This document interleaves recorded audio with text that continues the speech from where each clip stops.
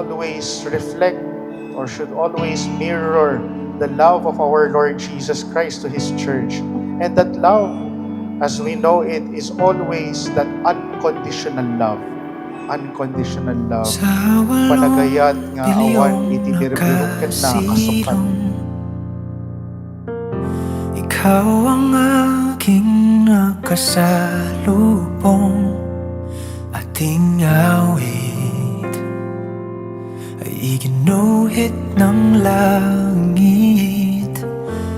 The promise or the vow that you will make, your marriage vows, that you will cherish your love for one another, for better or for worse, for richer or for poorer, in sickness and in health, until death do you part. In short, hindi magbabago. Pagmamahalan na hindi magbabago. Hindi magbabago pero mas titibay na pagmamahalan. Marami na akong pinagdaraan sa buhay. Pero sa'yo lang ako tunay na pamilya. Minahal kita di lang sa masasayang araw, kundi lalo na sa panahong mahirap. Pangako kong mamahalin ka, igagalang at uunawain, sasamahan sa hirap at ginhawa, sa lungkot at saya. Yun, true love. Tapos talagang niyaya na ako magmahal.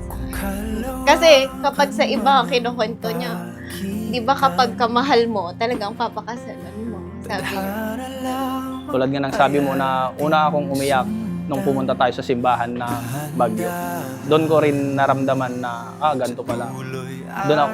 Doon mo ako inilapit sa Diyos. Kaya alam ko na ngayon kung paano. Paano nangyari sa akin na patingin sa libon-libong mga bituin? Di ko mawari, ikaw para sa'kin. Thank you, Mami, for the gift. Salamat. Thank you, I love you. Hindi ko inaasahan na ang simpleng reactor ko lang sa Facebook noon ang lalaking makakasama ko habang buhay. Yun, sa harap ng Diyos at ng ating pamilya, pinipili at mamahalin kita sa araw-araw. Pinapangako ko, Daddy, masasamahan kita sa hirap at ginhawa, sa lungkot at saya. Mananatili ako sa tabi mo sa lahat ng pagkakataon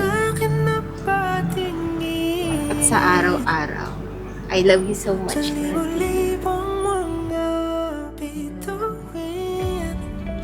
Hello, Daddy. This is it. Mamaya, Mrs. Nerosa na ako. Yay!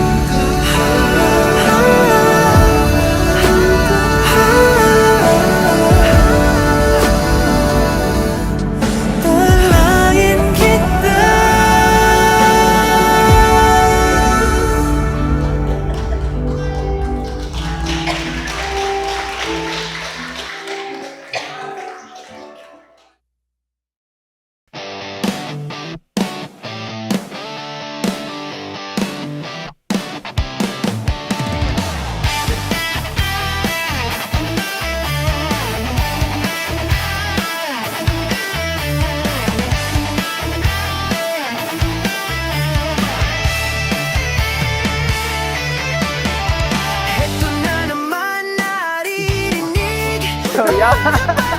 Ay, masirin ka na. Lagi na lang sinasabi, pwede ka bang makatabi? Kahit sandali lang, pwede ba? Sana'y pagbigyan, sige na. Mukhang tinamaan yata ako. Kapag tumibok